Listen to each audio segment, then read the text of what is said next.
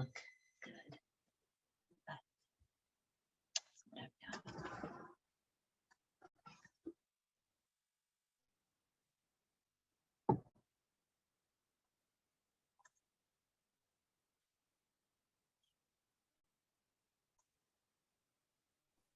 Hello, everyone. Sorry, We're just getting. Are we still in practice? I don't know.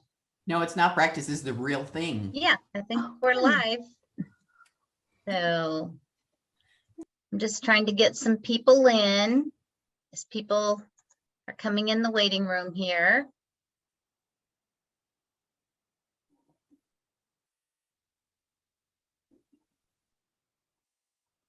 Hello, everyone.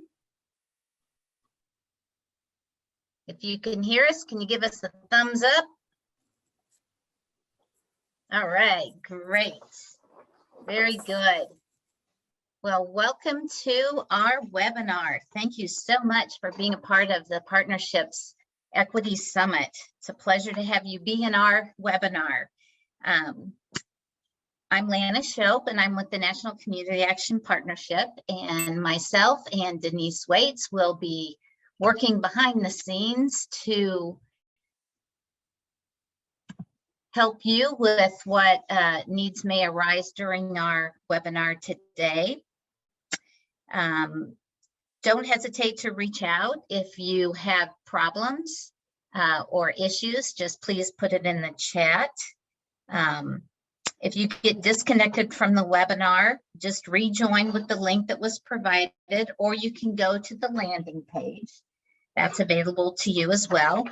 We are recording this session. It will be made available to those who have registered for 30 days following our conference. All attendees are on mute. So we will ask you to use the chat if you have questions or comments.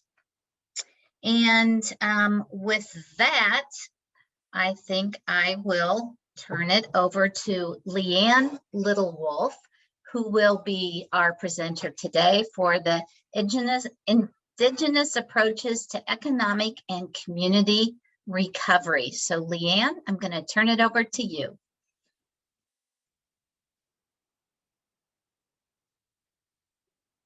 And I think you're muted. Yeah. There we go. Hi, good morning. My name is Leanne Littlewolf, and I just want to welcome you to the session, Indigenous Approaches to Economic and Community Development. I am the Senior Program Officer at the Northland Foundation in Duluth, Minnesota. And I just want to, I use the pronoun she, her, and hers. And I would just want to do a traditional introduction of myself. Leanne Littlewolf, Indigenous cause, Jaganashimowan, Indisogijik, Indigo, Idash Maingan Indudame, Idash Gazaga Squajame Cog Naunjaba, and Ninmawaindan Nindaya Oma. And so my name is Leanne Littlewolf in English. My traditional name is Everyday, and I belong to the Wolf Clan, and I come from Leech Lake. I'm a citizen from Leech Lake Band of Ojibwe. And I'm so happy to be here and to be a part of this Equity Summit. And I just want to recognize, I live in Minnesota, and yesterday we had a monumental event happen where we had a verdict, which in the Chauvin trial, which was a move towards justice. And I think that for me, this Equity Summit, it is really important for us to know that equity really is about that our lives matter and that we have a right to life. So I just want to recognize that today. It's a very important thing that happened in our country yesterday. So I'm going to start here and oops. I want to start with Indigenous land acknowledgement, which I'm just going to read here. I live in Duluth, Minnesota. I work in Duluth, Minnesota. And Duluth rests on ceded territory established by the Treaty of 1854 between Anishinaabe tribal nations and the United States government. And we humbly acknowledge that we are on traditional Indigenous land that has a long history that continues to grow. This land belonged to Indigenous people, and through the treaty process, the land was ceded. And today we enjoy this land, we share this land. And so right now, what I was going to ask everybody to do is using the chat function to introduce yourself, please share your pronouns, and then also to acknowledge the Indigenous land that you'd like to acknowledge, and also any tribal nations that are near you or that you work with. So just take a few minutes to do that. While you're doing that, I just tell you that this photo right here is Lake Superior. And I took this photo a few weeks ago, and this is how beautiful this, this land is that I'm coming from.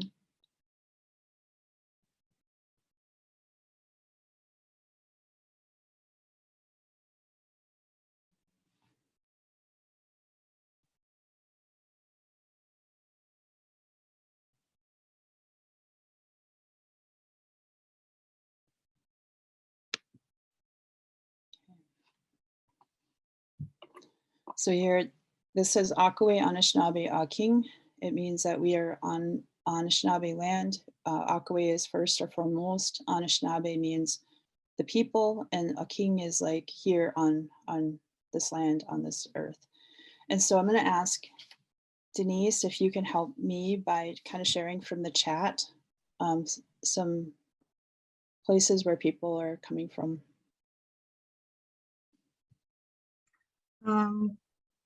Kim is sharing that she is from Green Bay, Wisconsin.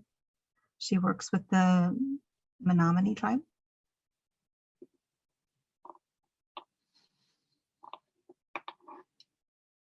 Amy Turner, she is from the Haudenosaunee Mohawk tribe. Liz, Dakota land near White Earth Nation, Leech Lake, Red Lake.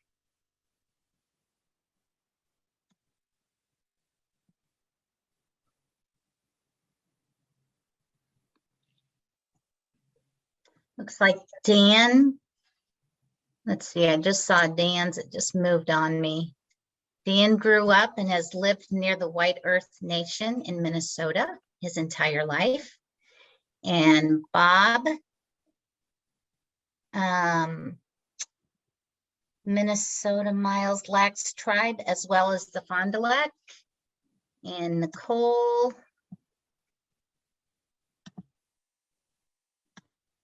see.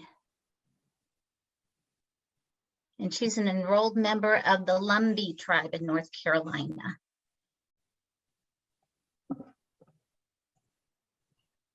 So there's a few that have come in the chat. Okay, great. Thank you.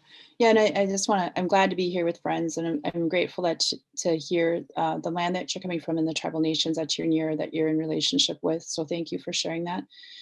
And I want to do a little bit fuller introduction of myself, and it's gonna matter as we go forward. So I just want to say that, you know, my name is Leanne Littlewolf, and I'm a community member. This is a picture of my sister and my dad and me.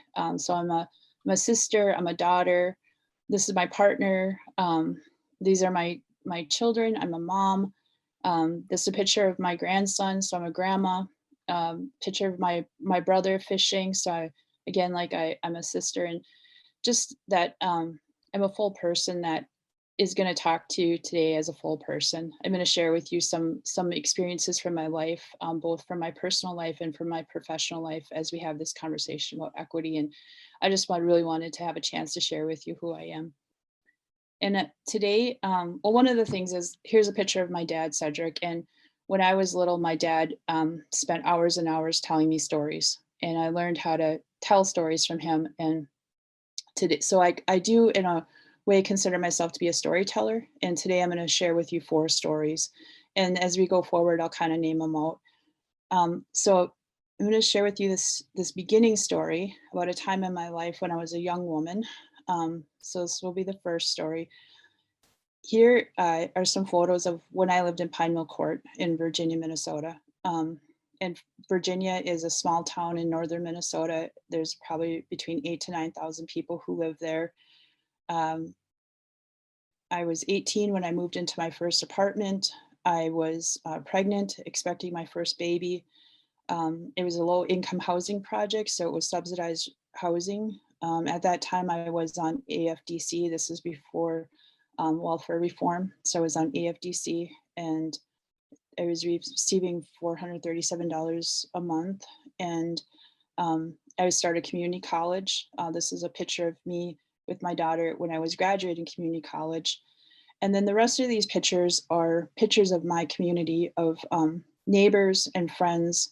We had picnic tables where we would go out and we would have meals together. We would have birthday parties together. Everybody would come over. This is where I started my work as an organizer, and we worked around having youth activities. This is actually a community action staff person in the middle, Bill Noyes, who was a community outreach organizer and would come over to Pine Mill Court and meet with us and talk about what we could do to change our community. And one of the things that we started was a youth group, Visions, and then this is we arranged for her, there was a local clown troupe to come over and work with the kids and teach them how to ride unicycles and make balloons. And I just wanted to show these pictures because we had a very vibrant community and we were very active. And while I lived in Pine Mill Court, I was living with really limited resources. You know, I didn't have a car. I walked to the grocery store and I measured it out. It's about 1.5 miles one way. So I was walking 3 miles to the grocery store, and I was using food stamps at the time. And so I was carrying all of my groceries. In northern Minnesota, at this time, the winters would be pretty brutal. And so, you know, I just have to kind of get ready and just go for that walk, do my grocery shopping and carry all my groceries back. And we didn't have taxi cabs, or we're in a small town that just didn't have those kinds of resources, transportation resources. And I was thinking about my life when I lived in Pine Mill Court, like how rich it was in community, but then how we had extreme poverty all around us. And the whole time that I lived there, I'm like, I wonder why they call our neighborhood, our housing development, Pine Mill Court.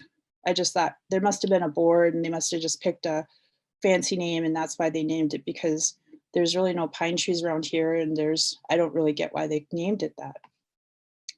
So fast forward, you know, I would say almost 30 years, and I'm reading a newspaper article, and it talks about how this turn of the century lumber speculation destroyed the Bois Forte Ojibwe homeland. But the article really talked about how in northern Minnesota, this band, Ojibwe band, had access to all of this land that had all of these like white pine trees and timber. And through a process of speculation, that land was taken from the Bois Forte band members, and it was fraudulently acquired, and then it was logged. And they had probably about 3,000 lumberjacks who came in, who were logging these big white pines, and they set up mills in Cook, a little town, and then in Virginia. In Virginia, actually, the sawmill that was set up there was the largest white pine mill in the world. So it was in Virginia, Minnesota. And so they 300 million board feet went through that mill, and there was enough timber that went through it that you could have made a bridge to the moon and halfway back. I mean, there was a huge amount of timber that went through there. And from that timber was a huge amount of wealth that was generated. And also, so I just want to kind of jump back to those lumberjacks, 3,000 lumberjacks out there cutting down the trees. They needed food, so they hired hunters to hunt wild game. It depleted like local game, and Ojibwe people, we relied on that hunting for food.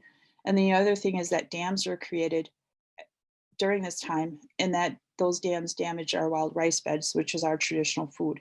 So there was a loss of food.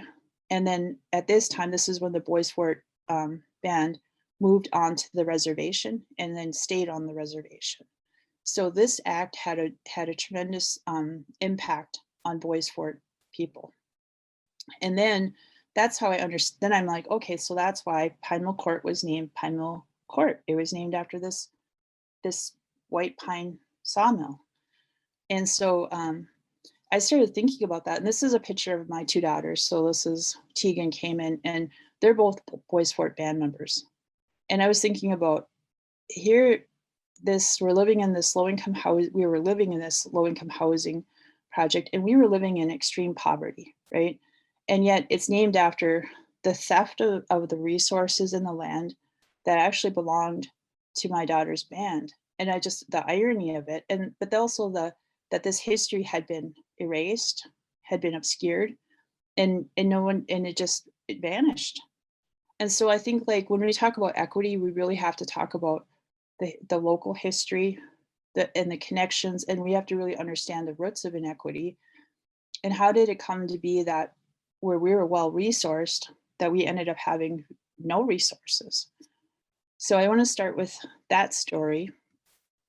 And I want to talk a little bit about, so if you take a look at this map of Minnesota, these are Anishinaabe ceded territories and the treaties. And this all was Anishinaabe land and all of the resources. And we have the Red River Valley, which is like one of the most fertile farming areas in the world. We have all of the timber. We have the Iron Range, which had mining. And so the timber, the mining, and the shipping generated a lot of wealth, not only for Minnesota, but for the United States as a whole. It made our nation very wealthy, but it did so at the expense of tribal nations. The lower part of the state is Dakota, was ceded through treaties with the Dakota people, and there's a whole nother history with the Dakota people. And so I want to just kind of show you a map of the tribal nations in Minnesota today. And if you take a look at the land base, these reservations are much smaller, and many of these reservations have through a federal policy, they have been allotted, and so they were broken into parcels, and much of the land was lost. So even though it looks like there's large chunks, I would say like Leech Lake, I think is 7% tribal land. I think White Earth was 11% tribal land. And so I think understanding that history is also important, that even with the reserved land, that was also taken. And so just a little bit of a walk through time is also, in our public education, we learn very little about Indigenous people, about American Indian people. I think that my son is in high school right now, and as he's going through US history, we have emails that constantly go to his instructor challenging the narrative. And there's not very many changes from when I was in high school to now. And I think that that's one thing that needs to change. And I actually went to college so that I could learn my own history. So I would say it's some of the federal policies that were enacted, they started with the reservation era, where people were, the land was ceded, American Indians were placed on reservations. And then I think that the other federal policies around boarding schools, removing children from families, and then the intentional disconnection of like taking language, taking culture, breaking that bonds between families. All of those federal policies have had a tremendous impact on our people and our communities. And so a lot of times we have to kind of go back and learn that. And many of these errors, people didn't want to talk about them because they were so painful. So I would say, like with the boarding school error, 3 of my grandparents went to boarding school. None of them wanted to talk about that. And I think that many elders don't want to talk about it because it was so painful. But when you start to hear those stories come out, you can hear the ways that those impacts were beyond, like the physical and sexual abuse that happened and the deaths that happened. There are other impacts around social well-being. So those narratives are starting to come out, and I think that we're learning from those. And then you take a look at that history, and I think that the data that we have now shows the impact of that history. And so this is a Northeastern Minnesota dashboard, and I just use it as an example.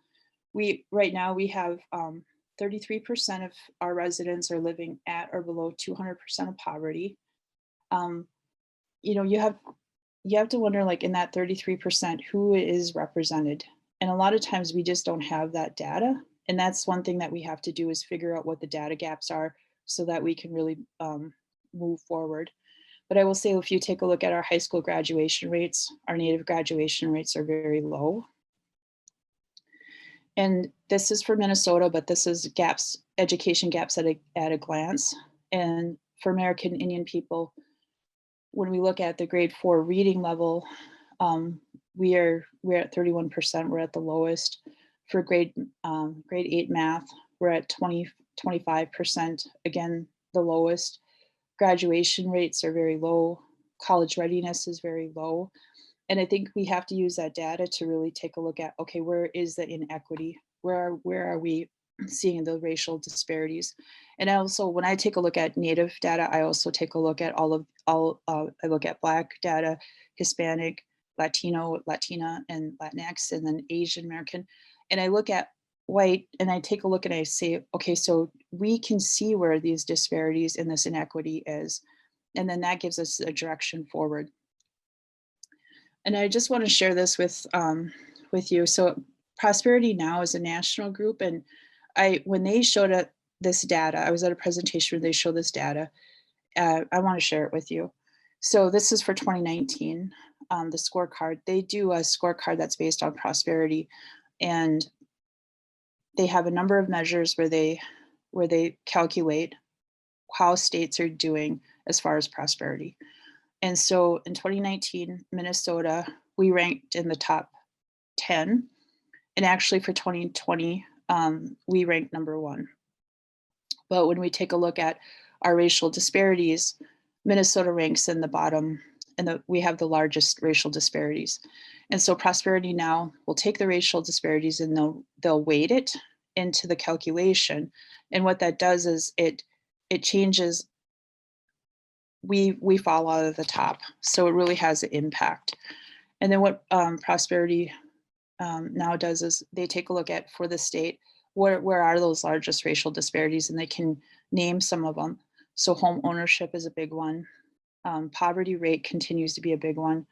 Underbanked, so people who don't have access to traditional banks and they're using check cashing or stores like Walmart to do their banking. And then percent of disconnected youth, which is defined as youth 18 to 24 who are not employed and who are not in school. Those are also, and I think it's really important for us to pay attention to where these disparities are presenting as we start to think about solutions. And then Prosperity for Now also offered some insight around which states had the highest disparities.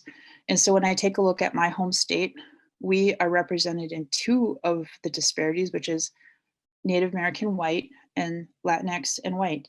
And so for us, that's really important to pay attention to about, okay, why are we showing up as, in the whole 50 states, we're showing up as the states with the highest disparities in this area, and what are we going to do about that? So I said I was going to, sorry, I'll just go to the next slide. So that's like that's my first story, is around this, like, what are the roots of inequity and where does it come from and how can we identify it now? And then now I want to tell 2 stories about Indigenous approaches to community and economic development. So before I worked at Northland Foundation, I worked at the American Indian Community Housing Organization here in Duluth. It's a nonprofit. It was started in 1993. And it started in a parking lot with 2 Native people who were at a community meeting at a social service center. And after they left the meeting, they went out in the parking lot to talk about what their issues were. And they're like, isn't it sad that our meeting has to happen out in a parking lot? Like, we don't have any space of our own. And they're like, we're going to start a nonprofit. So they started a nonprofit. And the first things that they focused on were emergency shelter for women and children that were fleeing violence, and then transitional housing. And then they started permanent supportive housing. And they bought a community center, or they bought a former YWCA, and they had all of this space in this building. And then that's when programming really started to take off into different directions. So when I started at ACO, I've actually started as an advocate specialist that was working on domestic violence and sexual assault training. So I was working on the issue of violence and how to help others who are working with Native victim survivors to be more culturally responsive.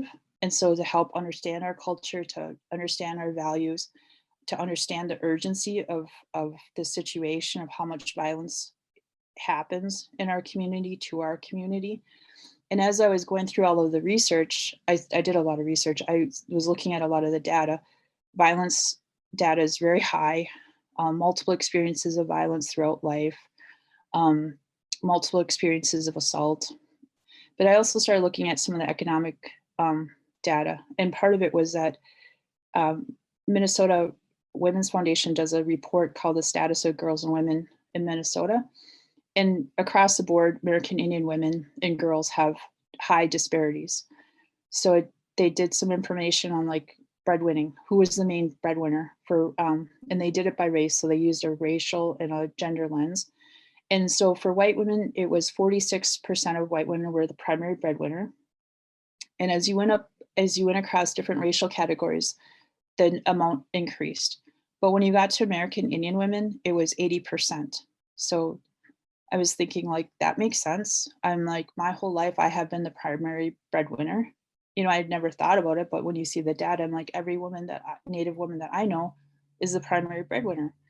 And then I started thinking like, when we have all of this violence, then everything that happens to a Native woman happens to her family. So the impact of that violence is tremendous. And then I took a look at, well, they showed how much median income women, single women by race had if they had 2 children. And again, Native women were at the lowest with like $12,000 a year. And then I started thinking like, no, that's true. I mean, my whole life I've had very low income. I've been working this whole time, but I have very low income. And many other women I know, Native women I know, they also have very low income. So here we have these really high risk, these risk factors, these traumatic experiences that we experience at higher levels, and we have the least amount of resources, but we have the most responsibility. So to me, it started to make sense. Like I was really, what do we do with this issue of violence? And then I was like, well, part of it is when you have resources, it helps make you stronger. It makes you have access to more support. You're less vulnerable. So then that's why I started to take a look at, okay, what do we need to do for economic development? And we started to do economic development, but we started with our traditional values and our traditional culture. So for me, it was really around this story here, which is around our origin story of a woman who fell from the sky and she was in need of help and the animals came to help. And the turtle offered up his back so that he could become the land, but they needed earth from under the water. The water was submerged in water. So all the animals tried, but only one was able to succeed, and it was this little tiny muskrat that nobody thought could do it. And when he dove down, he came up in his tiny paw. There was a little bit of earth, and they put that on the turtle's back, and that became the land that we have now. That's why we call it Turtle Island. And for me, this traditional story was like a direction forward of here's how we need to do our economic development. We need to be like this muskrat, get resources and bring it up for our community. And so we've focused on areas that were based in our culture, which is our Indigenous food, our art and culture, and then again, like our housing. And this is a picture of our community. Everything that we have done around economic development involves our community. We bring our community together, and our community leads the work that we do and informs it all the way through. This is a picture of the Dr. Robert Paulus Cultural Center, and you'll see art on the walls. The art started because community members came in and the walls were bare. And they said, as artists, we don't have access to galleries. And so could we do art shows? And ECO started to do art shows. And then we had space to grow. So we started with small garden boxes and started an urban garden for the permanent supportive housing. But that has turned into, our artists, we started a small retail business, a social enterprise called Indigenous First. And we started with 20 core artists, and that grew to over 80 different artists in the space. And when the shop started, in the first year, they generated 100,000 in revenue. The second year, it was 200,000. And the third year, it was 3. So it has continued to grow. And then to the point where we bought a corner grocery store, and they're developing the Niuan Indigenous food market, which will feature affordable, healthy food, but also have a retail space to showcase Indigenous food, native food from this area. And while the building was being developed, we held community events that showcased Indigenous food and Indigenous culture, showing how we have a relationship with our food. So some of the education was around traditional food like flint corn, and then also showcasing our entrepreneurs who are producing that food. And then it's nutrient dense, it's a very healthy food. To hosting a large Indigenous food expo, which showcased all of our food producers, but also showcased the history of our food that goes back. And this is a billboard that went out up on the freeway. It shows a traditional historical picture of a couple wild ricing to modern day. And the other piece with it, Native people, is that it's like we have been erased. People think that we don't exist anymore. And so this is also like, we're part of this community. We are alive, we are resilient, and we are thriving. And again, we were able to use resources as a nonprofit to showcase food producers and the continuation of our food, and then also small businesses. The other piece is, while this Niuan market is being developed, COVID happened. And so then ACO transformed that space into emergency food access, got high quality food and started to do food distribution, which they had never done before. So that's the story of ACO. I want to talk a little bit about Northland Foundation quickly. We're a small foundation. Our service area is northeastern Minnesota. It serves these counties and then also 5 tribal nations. And our mission is that we invest in people and communities to support a thriving northeastern Minnesota. At the Northland Foundation, we started a new initiative called Maduking.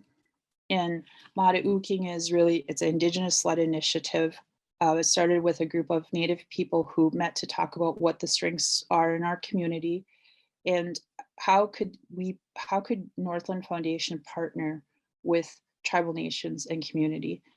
And from those conversations, I was part of that design team, and we talked about how there's already so many good things happening, so many creative ideas happening, but they're usually unfunded.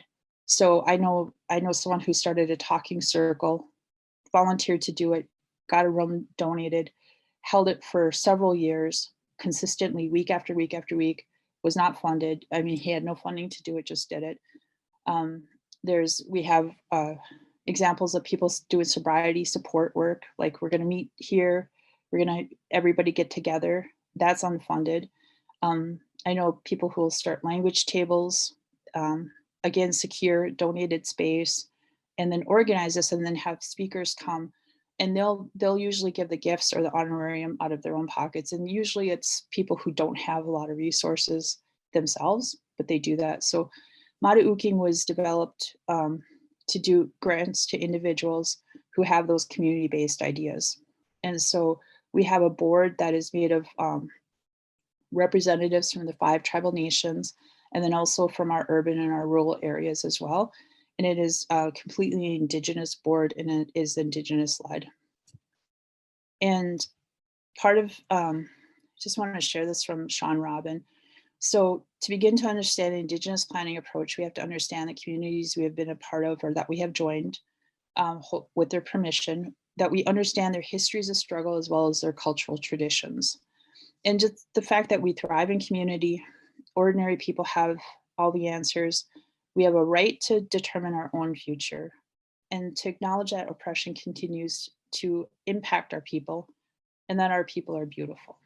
And I think that when I think about Indigenous approaches to community development and to economic development, I want you to think about the way that you do the community development or economic development, and what is similar to the way that you do it, and then what else is distinctly different. And if you could just think about that for a minute and think of something from these 2 stories that I've shared, and just put in the chat that you see as distinctly different, and just take a few minutes to put that into the chat.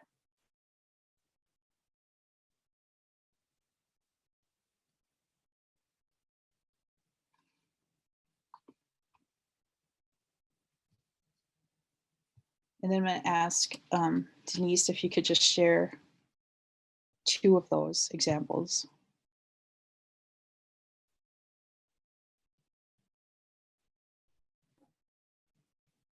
We're still waiting for some to come in. Okay, I know it takes time to think.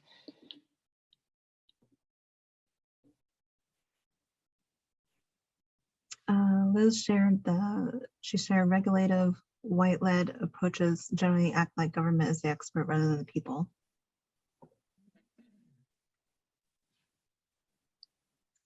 Nicole added, yes, our people are beautiful. Yeah, yes. And so I just, I'm going to close out here and then we're going to have a little bit of time for questions. But I just want to say that the 4th story is just the way that all of us, the way that we're going to move in community and the way that we're going to engage in either, community development or economic development. And really it's about how can we learn from each other and how can we pay attention to what cultural and community-based approaches are and how can we learn what others are doing and then how can we apply that to our own work. And so that's a story that is continuing to go forward. And I want to thank you all for taking time to be here today and to listen to me as I shared a few stories with you. I also want to let you know, like ACO is on, they have a website and they're very active on social media. And I think that they're a great organization to learn from. I think that there's other organizations like Thunder Valley CDC and others that really have put together some really innovative ideas. And really, I look to them for direction and I think that they have some of the most creative solutions. And I'm going to stop sharing my screen now and I am going to just open it up so that we could have some questions or some discussion. So now I do have a question, Leanne. okay. So when you make a decision as a community about, for example, starting the grocery store, is that made in your community meeting or how do you decide when to do something for the community and how is that decision made?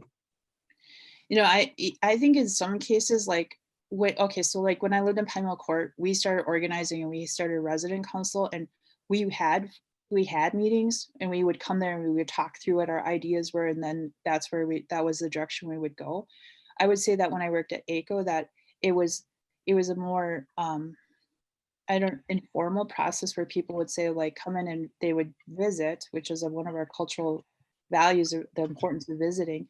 And they would say, yeah, I have my wild rice, but I don't have anywhere to sell it. And so you're informed by the community about what the needs are because you're in community, you're in relationship and you know what people are saying like, hey, I have this really great food. It's nutritious, and I've been producing it. My family's been producing it for generations, but we don't have any retail space. So there's different ways that you can engage and hear and listen to community and then make those decisions and then thinking about your own role on how do you do that? I think that then ACO has really been engaged with food producers around the design of Indigenous first. I think last year with COVID, they started to do farmers markets before COVID. And then after they stopped because for safety concerns. And then they created a CSA and they also moved to an online website, so they're conscious of like, 1, we have to keep our community safe. 2, people need food. And actually they started to distribute food, selling it to tribal nations that were giving food. They wanted to have culturally specific foods that went out to community members. So all the way through, I think relationship matters. And I think listening to community can be in that formalized like a group that makes the decision. But also I think that a lot of times it's that daily or that more frequent contact where we're in conversation and we're creating together. Nice. Thank you. Anyone else have a question, comment?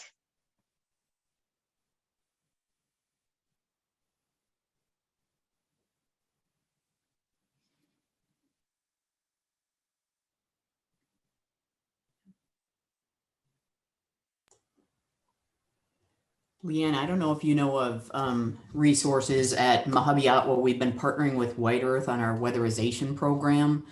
And the state government requires, as part of weatherization, so it's kind of in the weeds here, but they require, like, the homeowner, when we help homeowners, that they have proof of ownership. And then the way White Earth Nation does housing, there's sometimes the owner doesn't have proof of ownership. And so we've been trying to work through that. And that's just a small example, but I'm wondering if you have other examples, or maybe this Thunder Valley CDC is a place to go. But, as community action continues to, try to do better partnerships with tribal nations. Thoughts on how to think about that, or anyone got it figured out? Well, I think, like, first identifying what the issues are, right? Like that this is the challenge in the state. This is a state policy or a state process that's hindering this weatherization that's really needed happening. So then I think, like, having a small, I would start, like, probably with a small group to say, like, okay, well, how can we change this? Because really we want to get through this barrier because we want this to happen. And then I think that's an education piece with the state as well, around tribal sovereignty and around recognizing that, and that, in partnership, how is the state partnering with this tribal nation to make sure that weatherization is accessible to their citizens as well. So I think a lot of it goes to, like, having respect for tribal sovereignty, and conveying that and deepening that knowledge, deepening that learning around that.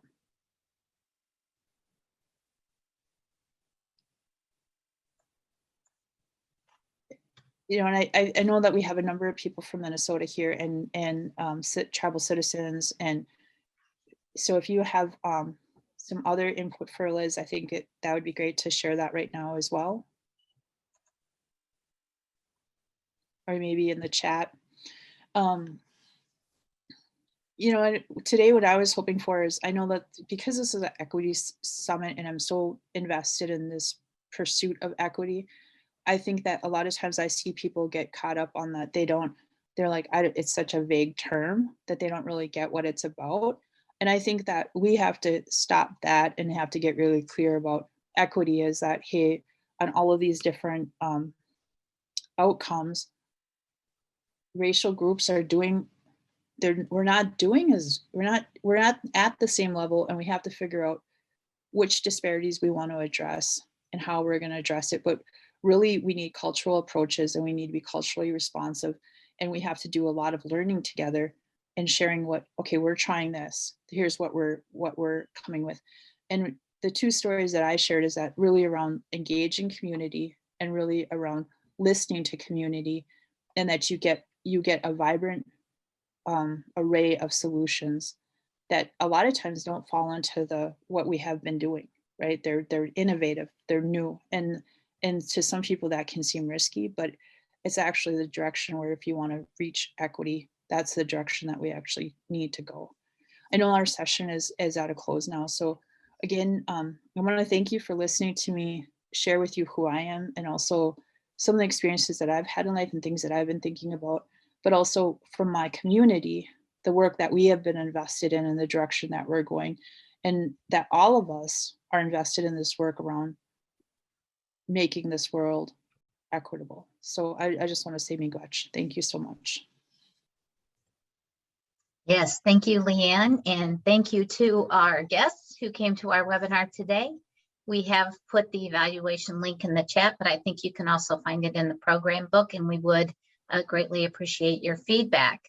So we will be ending this session, and you all will need to leave so you can go to a different session, as we'll be repeating this session in round 2. So thank you all for being a part of our webinar today.